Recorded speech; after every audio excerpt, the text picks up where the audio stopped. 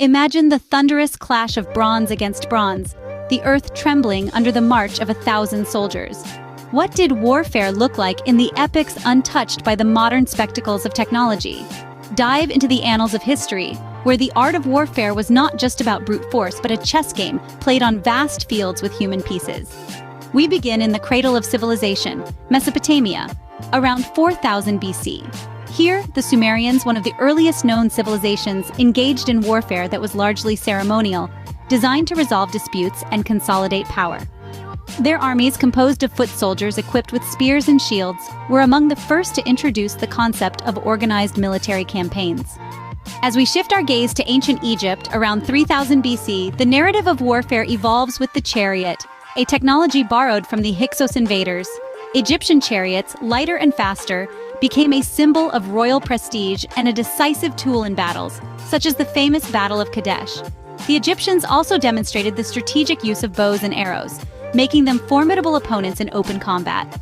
Traveling to the east, in the fertile plains of the Indus Valley around 1500 BC, warfare was influenced by the geographical and climatic conditions. The armies here relied heavily on infantry that used weapons like the bow and arrow and the spear, but with a distinctive addition: the elephant. These majestic creatures were not just beasts of burden, but were also integral to the battlefield, serving as tanks that could instigate fear and chaos in enemy ranks. No discussion of ancient warfare would be complete without mentioning the Greeks, especially during the classical period around 500 BC. The Greek phalanx, a formation consisting of heavily armed foot soldiers called hoplites, was a revolutionary tactic. These soldiers, bearing long spears and shields, moved as a single impenetrable unit, which dominated the battlefields of their time. This formation was pivotal in battles like Marathon and Thermopylae, underscoring the importance of unity and discipline. Fast forward to 300 BC, the Romans refined and adapted the Greek warfare techniques to establish military dominance across Europe. The Roman legions, structured in a more flexible manner than the Greek phalanx, allowed for dynamic tactics and formations. The introduction of the pilum, a heavy javelin, and the gladius, a short sword, exemplified the adaptability and innovation of Roman warfare. As we ventured into the medieval period, the nature of warfare transformed with the advent of fortified structures and the increased use of cavalry.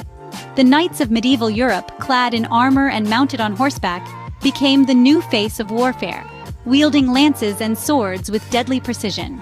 In conclusion, the types of fights in ancient times were as diverse as the cultures that invented them. From the disciplined phalanx of the Greeks to the strategic chariot battles of the Egyptians, each method of warfare was a response to the unique challenges and opportunities of the era. These ancient strategies and weapons laid the groundwork for modern military tactics, reminding us that the essence of warfare, strategy, bravery, and innovation, remains unchanged through the ages.